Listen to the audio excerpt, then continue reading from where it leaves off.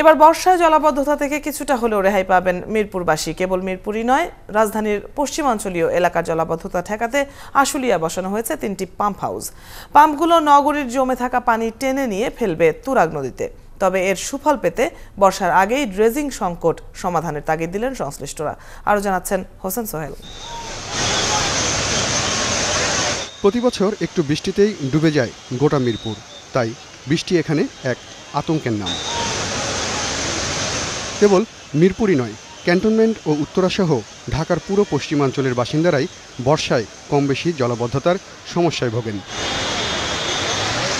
এই সংকট মোকাবেলায় আশুলিয়ার গোরান চটবাড়ি এলাকাতে পাশাপাশি বসানো হয়েছে শক্তিশালী 3টি পাম্প মেশিন। পাম্পগুলো শহরে জমে থাকা অতিরিক্ত পানি সেচ করে পাশের নদীতে ফেলবে। প্রতিটি মেশিন প্রতি সেকেন্ডে 22 কিউবেক ঘনমিটার পানি টেনে নেবে।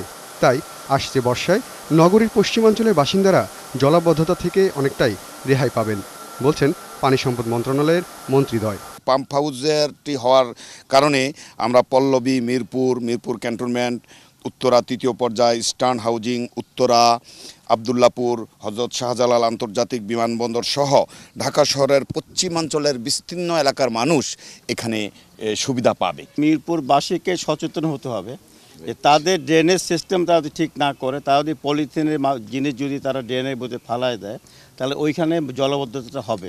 তবে পাম্প মেশিনের কার্যকারিতা পুরোটা পেতে হলে ওয়াসা, সিটি কর্পোরেশন ও রাজউকের আওতায় থাকা বিভিন্ন সেবা প্রতিষ্ঠানের মধ্যে সমন্বয় আশা করছেন তারা। কারণ নগরীর ড্রেজিং সিস্টেম ঠিক না হলে জমে থাকা পানি পাম্প মেশিন পর্যন্ত পৌঁছানো যাবে না। এখন যেটা দেখা যাচ্ছে সরেজমিনে, যে বাকিদেরকে সঙ্গে না পেলে এটা আসলে সমাধান করা সম্ভব না। কাজেই এই মূল কোন জায়গায় আসলে এই আঘাতটা করা দরকার বা প্রবলেমটা সরানো দরকার, এইটা আজকের কোঅর্ডিনেশন মিটিংয়ে আলোচনা হলো। ঢাকার সমন্বিত বন্যা নিয়ন্ত্রণ প্রকল্পের আওতায় এখানে 676 একর এই জলাশয়টি রয়েছে। আগামীতে জলাবদ্ধতা এবং বন্যা ঠেকাতে পানি সম্পদ মন্ত্রণালয় এখন পুরোপুরি প্রস্তুত। তারপরও সংশ্লিষ্ট অনেকেই বলছেন, তুরাগ কি নিজে সুস্থ রয়েছে কি এই অতিরিক্ত পানি বয়ে নিয়ে যাবার সে ক্ষমতা? হোসেন সোহেল, 71, গোরান চটবাড়ি, আশুলিয়া, ঢাকা।